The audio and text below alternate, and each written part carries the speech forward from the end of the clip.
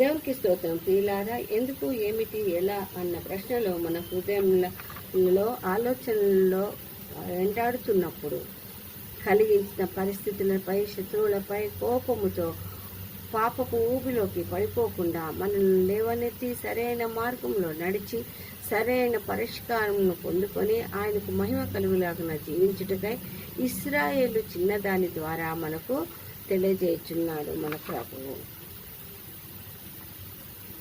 మనము దీనిని 2వ రాజులు 5వ అధ్యాయంలో చూడగలుగుతాము.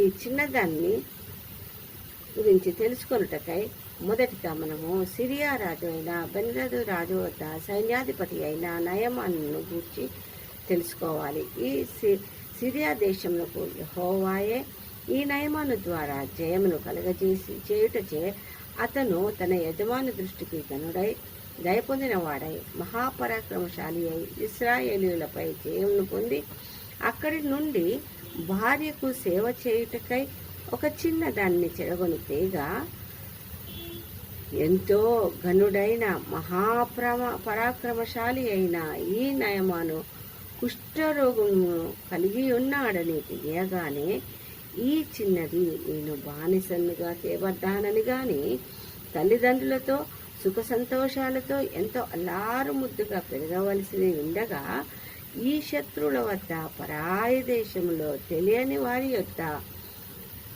నిన్ను తేబడ్డానని తన గూర్చి ఆలోచించకుండా తన శత్రువు అయిన యజమానునికి మర్యాదనిస్తూ అతనికి స్వస్థత కొరకు చింతను కలిగినదై తాను నమ్మిన దేవుని యందు పూర్ణ విశ్వాసంతో స్వస్థతను ఇవ్వగల సామర్థ్యము గలవాడని ఎంతో నమ్మకముతో ధైర్యముతో హృదయ విశాలతతోనూ తాను విన్న వాక్యంలో ఆచరణలో పెట్టింది.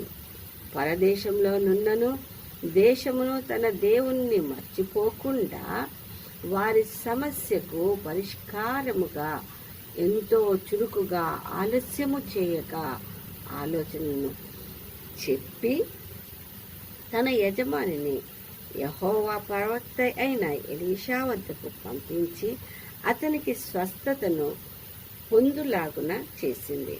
ఈ విధముగా ఆ చిన్నది దృఢమైన విశ్వాసము గలదై దేవుని గూర్చి ప్రకటించుటలో ఆయన కొరకు ధైర్యముతో నిలబడుటకు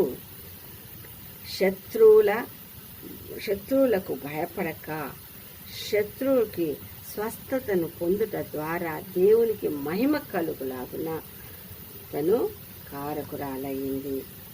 కాబట్టి మనము కూడా ఆ చిన్నది వలె దేవుని ప్రేమించి శత్రువును ప్రేమించి సువార్తను ప్రకటించిన విధముగా ఉండుటకై దేవుడు తన పరిశుద్ధాత్మ తోడును సహాయమును మన అందరికీ దయచేయమని ప్రార్థిద్దాము. ఈ చిన్న వాక్యమును దేవుడు దీవించును గాక. ఆమేన్, ఆమేన్, ఆమేన్.